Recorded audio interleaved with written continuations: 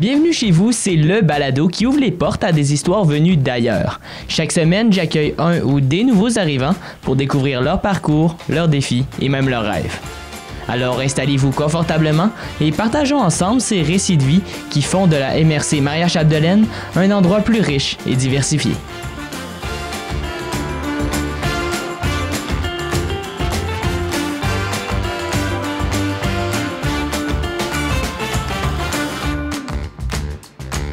Dernier épisode des balados de Bienvenue chez vous. C'est quand même un peu triste. On n'a même pas eu le temps de voir les épisodes passés. Mais c'est pas grave parce que pour ce dernier épisode, j'accueille quelqu'un d'exception. Monsieur Julien Gravel, allô? Ça va bien? Bonjour. Oui, ça va très bien, merci. Avant de commencer avec les grosses questions un peu plus détaillées, est-ce que tu peux m'expliquer un peu ton parcours? Comment t'es arrivé ici à Dolbeau? Moi, je suis arrivé pour le traîneau à chien parce que il y a presque 20 ans aujourd'hui, j'étais en France, j'enseignais le français, mais j'avais pas de contrat fixe, pas d'avenir bien défini. Puis avec ma conjointe, on s'était dit qu'on allait repartir parce qu'on avait eu une expérience de travail en Nouvelle-Zélande, on avait aimé ça, fait que on s'était trouvé un stage. OK. Dans le traîneau à chien. Alors, pour être tout à fait précis, j'ai atterri en Beauce au début. C'était pas un grand moment. C'était pas quelque chose qui m'a vraiment séduit. Au bout d'un mois, on est parti. On s'est dit, on va essayer une autre place. Puis, si ça marche pas, on rentre. Puis, l'autre place, ça a été Gérardville. Fait qu'on est resté là. Fait que dans un microcosme, parce que c'était sur le bout d'un rang. Et puis, dans un milieu très français, parce que mes collègues, enfin mes employeurs étaient français. Et puis, au fur et à mesure, on a élargi les horizons. Aujourd'hui, je suis un immigrant, mais je dirais que je suis plus un immigrant au Lac-Saint-Jean qu'au Québec, parce que finalement, le Québec, je ne connais pas tant que ça, là. Je vais au Salon du Livre de Québec, je vais au Salon du Livre de Montréal, mais il y a beaucoup de régions que je ne connais pas. C'est ça, là, tu parles de livres parce que tu es auteur, c'est ça? Tout à fait, tout à fait. Puis, est-ce que tu as commencé à écrire une fois rendu ici ou tu t'écrivais quand même quelques livres en France? Moi, j'ai toujours écrit. J'ai toujours lu aussi. Moi, je suis venu à la littérature un peu sur le tard. Il y a des gens qui ont toujours été nés dans les livres, surtout la génération Harry Potter. Moi, c'est pas le cas du tout. C'est venu dans ma vie vers les 15 ans, peut-être 16 ans même. Puis, mais il y a le fait d'aimer lire et d'écrire, puis il y a le fait d'avoir des projets d'écriture. Puis la notion de projet, elle est venue par rapport à ma vie ici. Je pense que tout simplement, à un moment donné, j'avais peut-être quelque chose à raconter. Fait que c'est comme ça qu'on se met à écrire.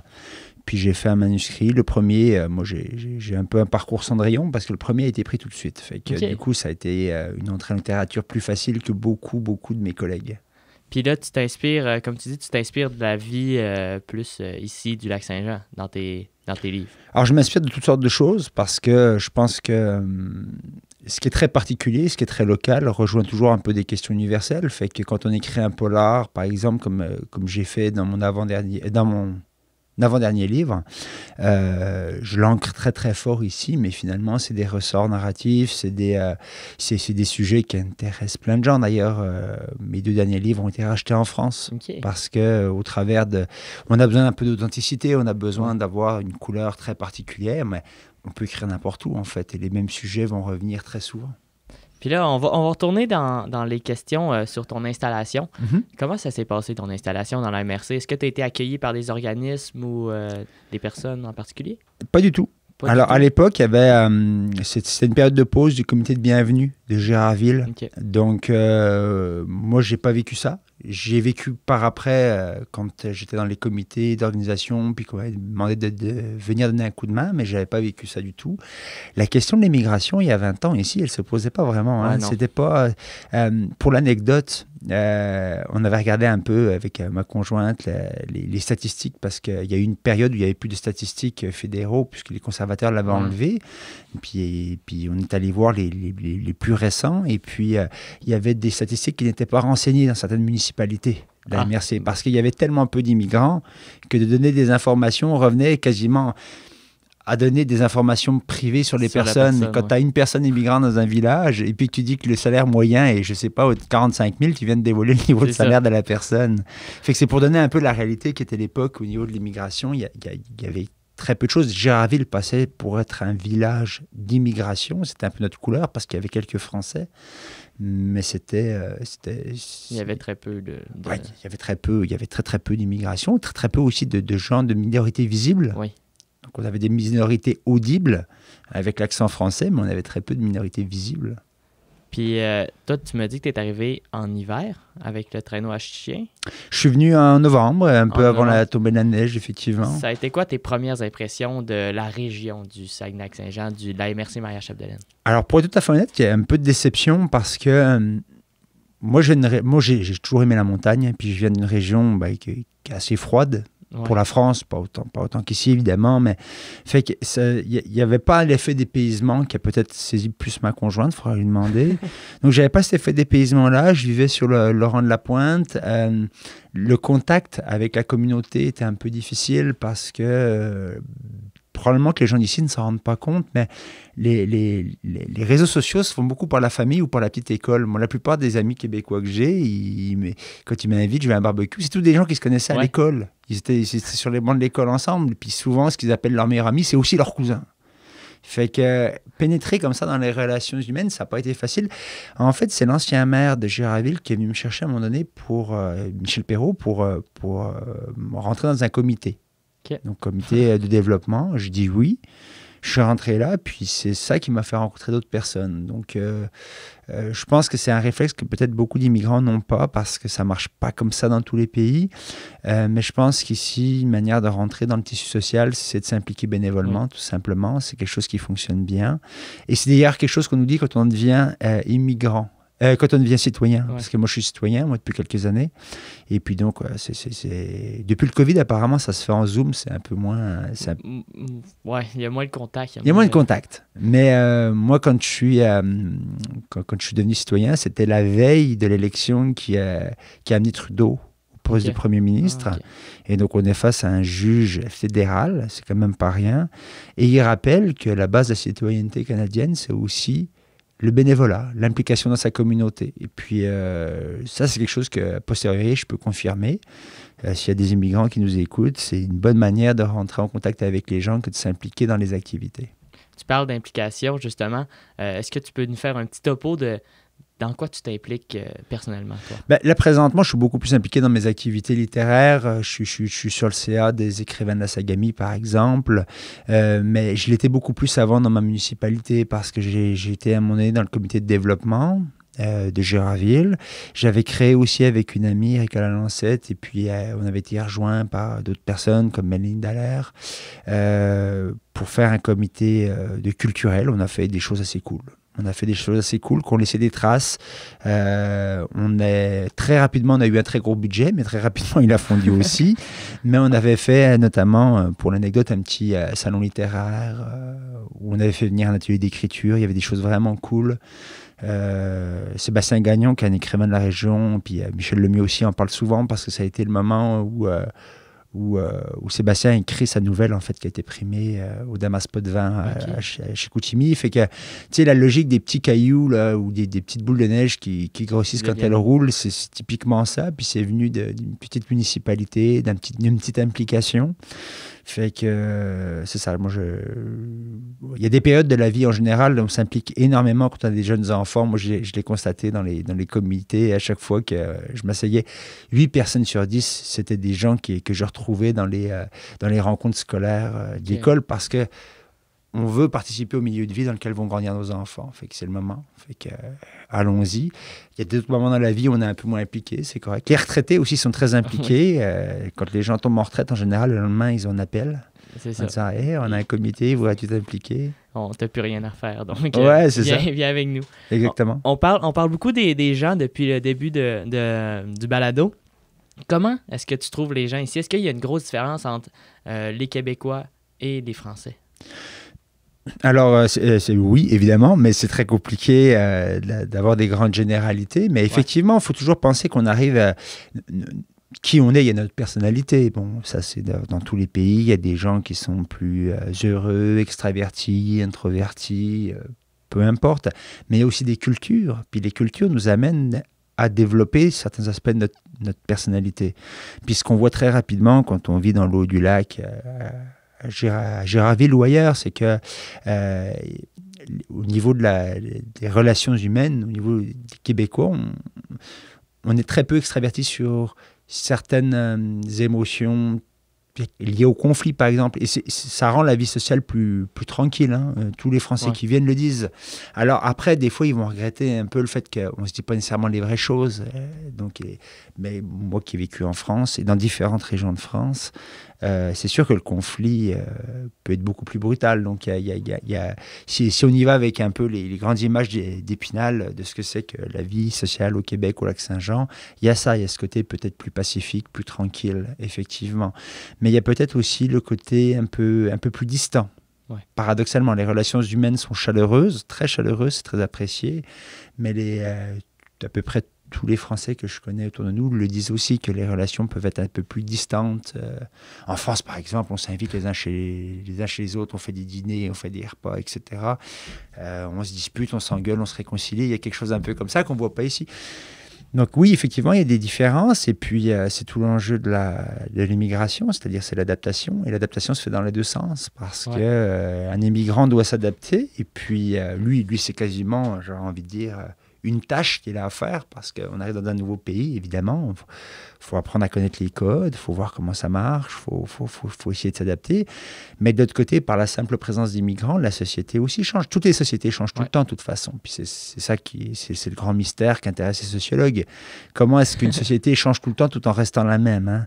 Le roulement des générations fait que ça change. Chaque génération, on dit, les générations X vont changer la société, et les générations Y vont changer. Les milléniaux vont changer la société. Ben, les immigrants aussi changent la société. Totalement. Fait que, et c'est nouveau pour nous au Lac-Saint-Jean. Parce que Montréal, ça fait très longtemps qu'ils sont des immigrants. Ouais. Mais pour nous, c'est nouveau, ça nous fait travailler. Même moi, ça me fait travailler parce que j'avais pris certaines habitudes depuis 20 ans. Et là, ce qu'on voit au niveau de l'immigration, c'est une petite révolution qui amène beaucoup de choses nouvelles. Et puis, l'enjeu, c'est d'en tirer profit. Est-ce que tu as découvert des aspects culturels des plats locaux que tu apprécies particulièrement ici?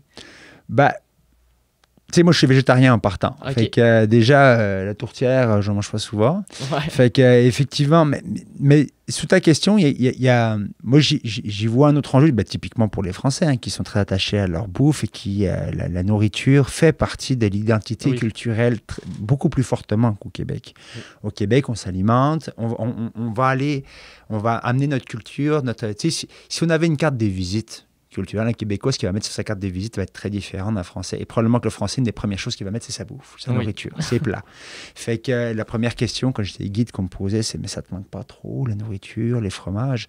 Mais en fait, c'est parce que c'est quelque chose qu'il faut abandonner. Parce que si tu passes ton temps à regretter certaines choses, ça marche pas. Alors, je le dirais peut-être plus aussi caricaturalement maintenant, parce que ça a changé, les épiceries, ça a changé. Moi, quand je suis arrivé, il faut penser que dans les épiceries, c'était pas la diversité. Vous l'avez jamais connu, vous êtes bien trop jeune pour ça. Moi, il y a 20 ans, quand on est arrivé, la diversité alimentaire dans les épiceries, c'était spectaculairement faible. Je peux donner un exemple. La bière, moi, j'aime bien la bière. À Girardville, il y avait la Boréale jaune, la miel, et c'était la seule bière. Et c'est même pas une bière de microbrasserie, la Boréale, on s'entend, mais c'est la seule bière un peu de caractère. À l'époque, c'était clair. Il y avait ceux qui buvaient de la Bud, ceux qui buvaient de la Molson. Il y avait 3-4 sortes de bière, puis c'est tout, quoi.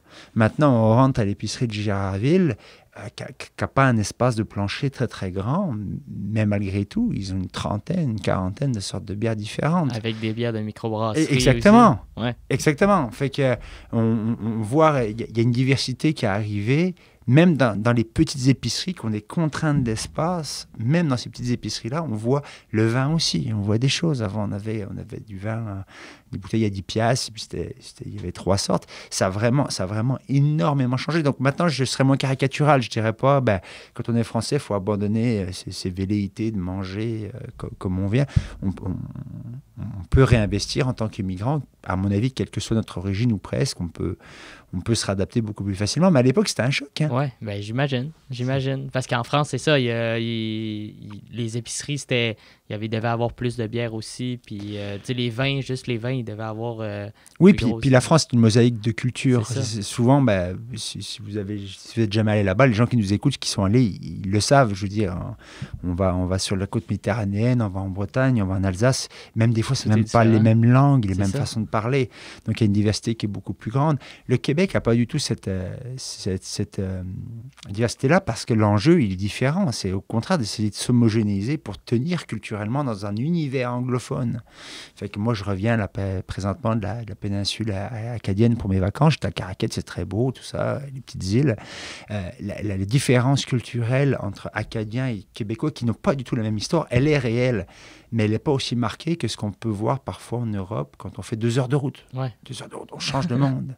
Moi, 2 heures de route de chez moi, c'est l'Allemagne. Ah, OK, ouais. Fait qu'on change de monde, on change de bouffe, etc. Fait qu'on a ce rapport culturel qui est un peu différent parce que c'est pas du tout la même... C'est pas du tout la même réalité. Et même dans mon domaine, au niveau culturel, au niveau de la littérature, on essaye de créer une littérature québécoise avec notre identité propre, solide, qui permette d'exister. Donc, on a plus le réflexe de se regrouper. Alors qu'en France, présentement, j'ai l'impression qu'on essaye plutôt d'aller retrouver cette diversité qui a été un peu écrasée par les mutations récentes. Puis ici, on va revenir un peu... parce que là, tu me disais que toi, la nourriture, tu as réussi à la mettre un peu de côté, ça te manque plus trop. Oui, tout à fait. Mais c'est quoi qui te manque le plus de la France depuis que tu es arrivé ici? Moi, c'est vrai que s'il y avait une chose qui me donnerait le goût de retourner là-bas, c'est le rapport au territoire. Okay. Alors, c'est paradoxal, parce que je suis venu ici, j'ai été guide de plein air, puis le territoire, je l'ai aimé, je l'ai exploré, etc. Mais le sens des petites places, c'est vraiment des petites places. Déjà, la randonnée est partout accessible. OK? Ouais. Fait qu'en France, tu dis, je vais me promener, il y a des chemins de randonnée gratuits, accessibles partout. Tu n'es pas obligé de prendre ton char dans un parc national.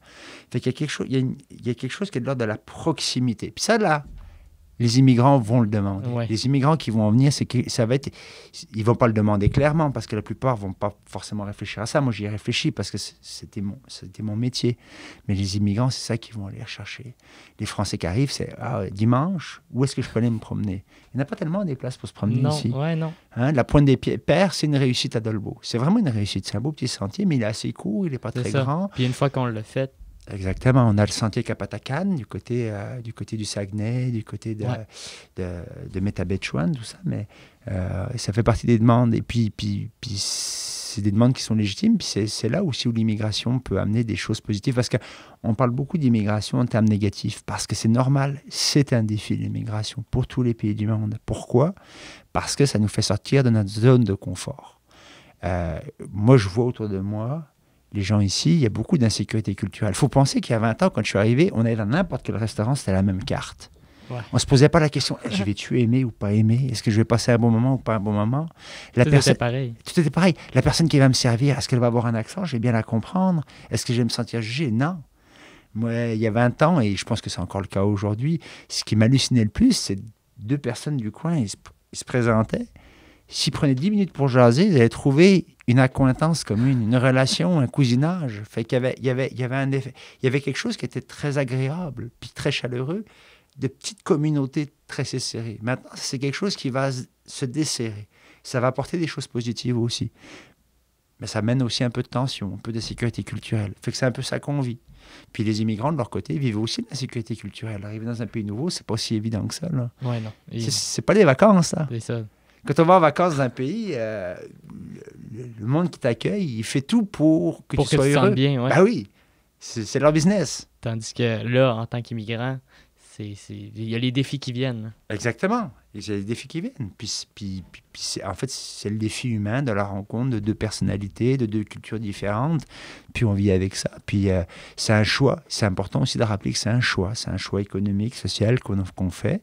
Et puis, on va vivre avec ça. Et puis moi, quand j'ai grandi en France, j'ai grandi dans un milieu très, très multiculturel. Ça se passait bien. Là. C'est ça. Puis toi, quand tu es arrivé ici, ça a été quoi le plus gros défi que tu as dû relever en tant qu'immigrant? Je ne sais pas s'il y a eu tant de défis que ça.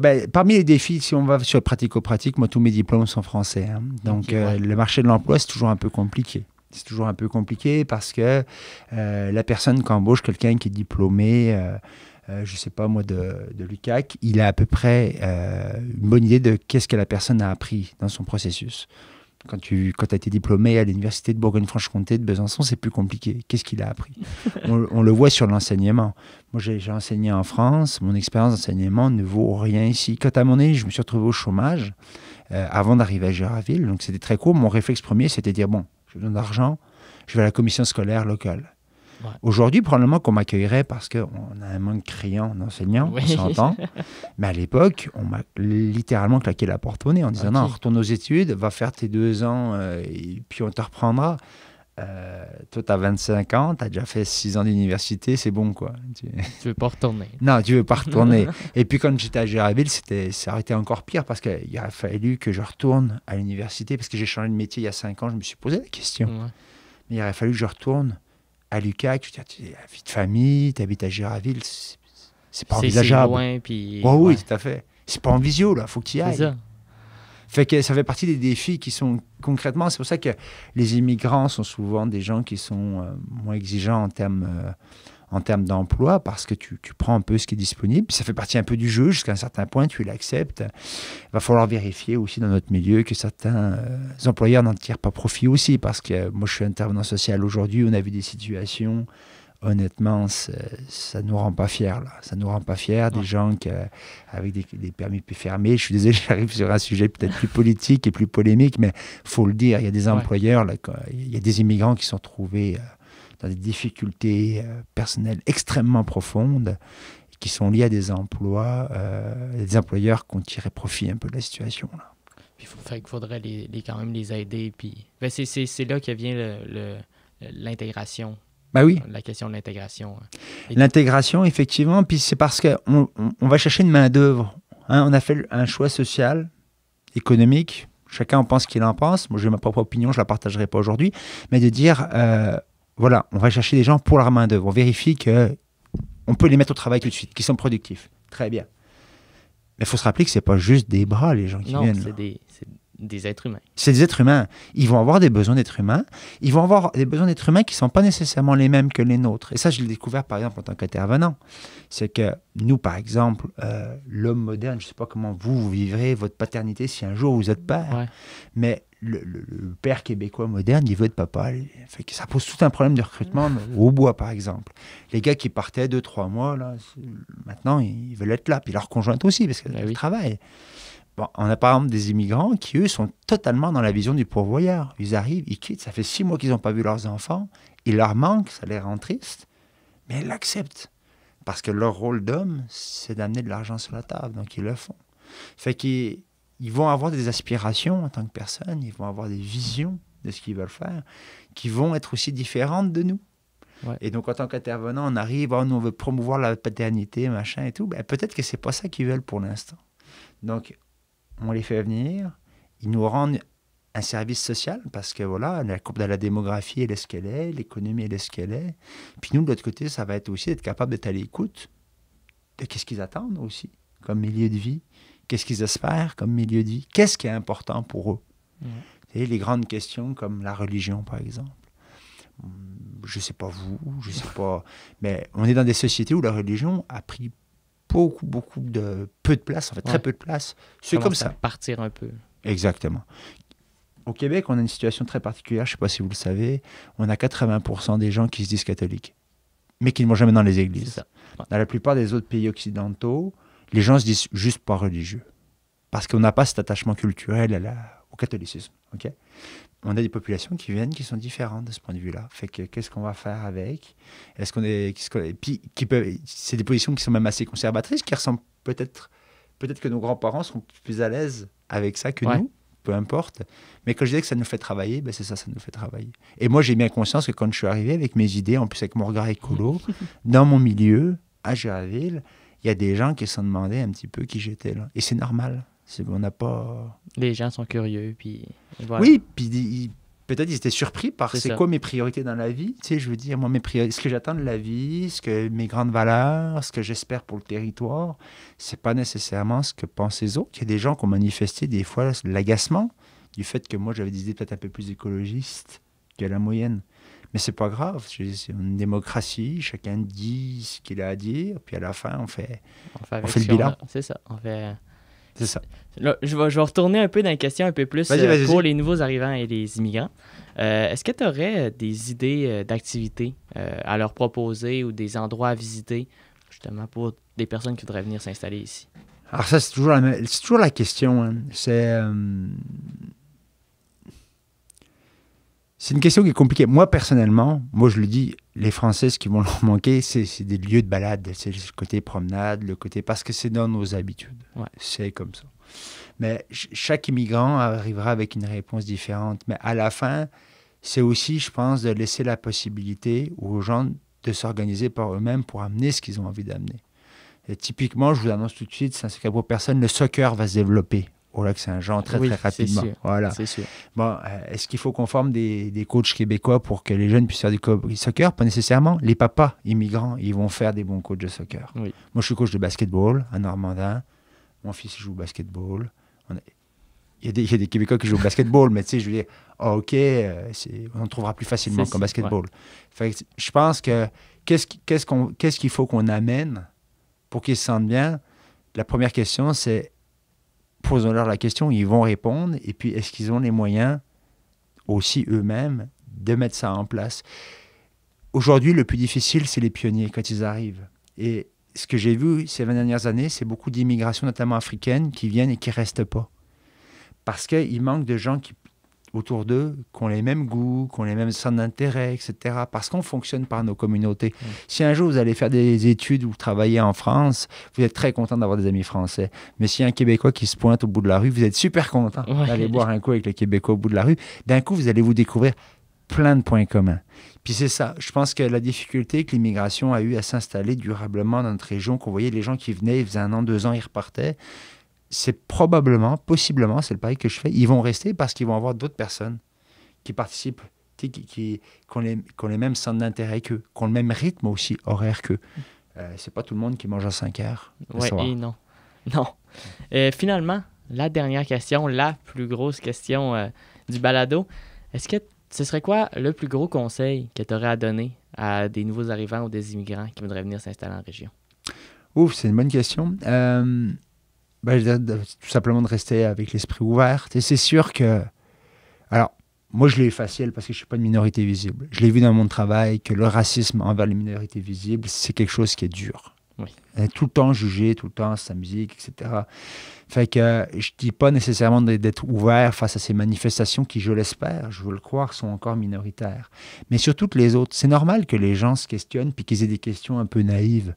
Je veux dire, il y a des gens qui pensent, on a tous vu les micro-trottoirs de Guy Nantel, il y a des gens qui pensent que l'Afrique c'est un pays. C'est sûr que si toi tu viens du Cameroun, ça se peut que les gens ne savent pas où c'est le Cameroun. Ça se peut que les gens n'aient aucune idée de comment on vit au Cameroun. Et puis c'est pas grave. Puis la plupart des immigrants sont tout contents en plus de répondre aux questions, je veux dire. C'est ça, il faut juste poser les questions puis bien les poser. Exactement. Et puis rester l'esprit ouvert parce qu'il n'y a pas qu'une question aussi de culture. Hein. Je vous rappelle quelque chose que les gens ne pensent jamais, mais un immigrant, ça peut être très différent, même selon le pays. Le gars qui a grandi à Yaoundé, ça se peut qu'il trouve ça dur d'être à Girardville, pas simplement parce que c'est pas sa culture, mais parce que c'est un village, puis qu'il a vécu dans une ville de Yaoundé, c'est quoi, peut-être 1 million d'habitants. Ouais. OK? Fait que les adaptations peuvent être multiples. Donc, de toute façon, un immigrant, il faut qu'il soit l'esprit ouvert. De la même manière qu'un jeune Girardvillois qui a fait ses études à Montréal, ça se peut que ça le chamboule. Ça chamboule, c'est ça. Mais c'est des belles expériences d'être chamboulé, parce que c'est ce qui nous sort un peu de nos certitudes et puis de nos a priori. Fait qu'on vit avec ça. Merci beaucoup, Julien, d'avoir accepté de raconter ton histoire. Vous, chers auditeurs, je vous dis à la prochaine. Malheureusement, c'était le dernier épisode, mais je vous invite quand même à aller écouter les anciens épisodes. Et si vous ne les avez pas encore vus, aussi aller écouter les émissions qui sont sur le site Internet de la télé du Haut-du-Lac. Donc, à la prochaine. À la prochaine. Ce balado est produit en collaboration avec la télé du Haut-du-Lac.